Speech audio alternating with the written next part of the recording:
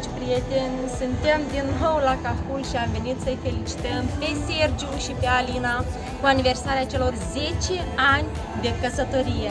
Să le urăm multă sănătate, fericire, iar felicitarea noastră vine din partea lui Daniel și al Arinei. La mulți ani și casă de piatră! Haideți să mergem să felicităm! În buzunar, ce viață frumoasă e dedicată celor care dau culoare vieții tale, pentru ei pahare sus. Prietenia, piatră rară, ori o păstrezi, ori pierzi o comoară. Prietenia.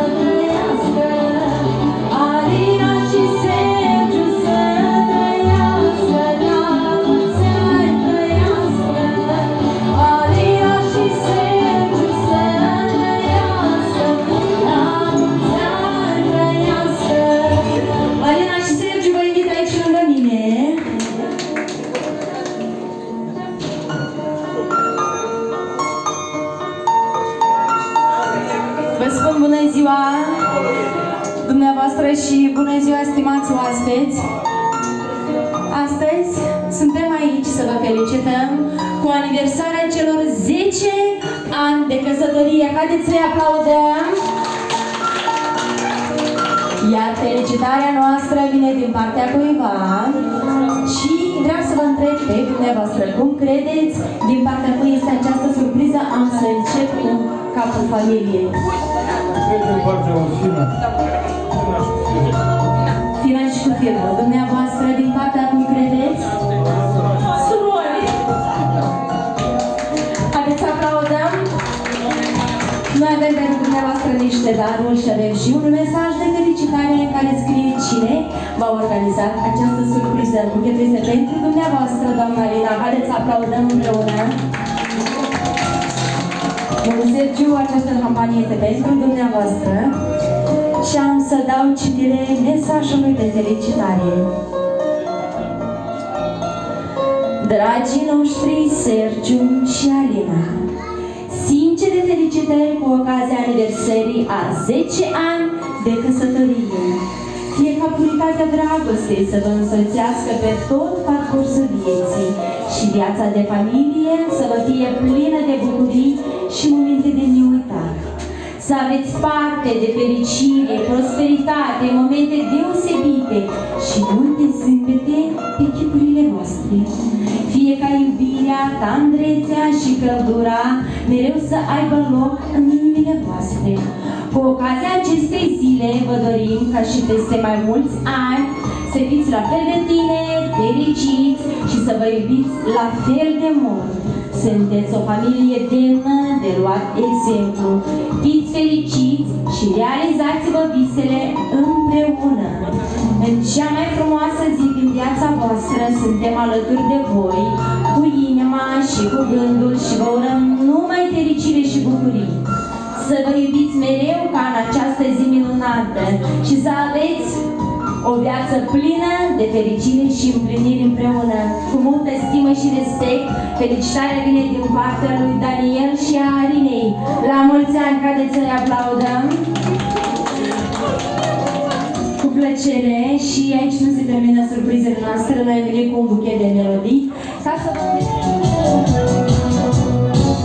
Banii n-aduc fericirea, dar îi întrețin iubirea. Deci muncește și petrece, că de grabă viața trece. Nu iubește ce ne-arată dragostea adevărată. Deci secretul vechi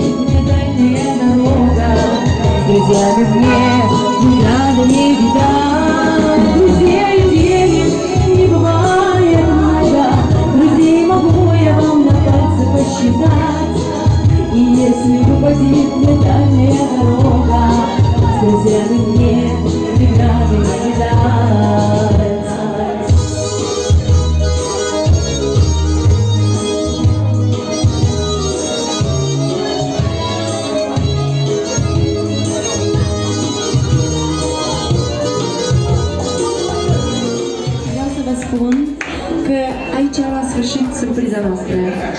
Și eu știu că v-a plăcut această surpriză și aveți un cuvânt de mulțumire pentru ei.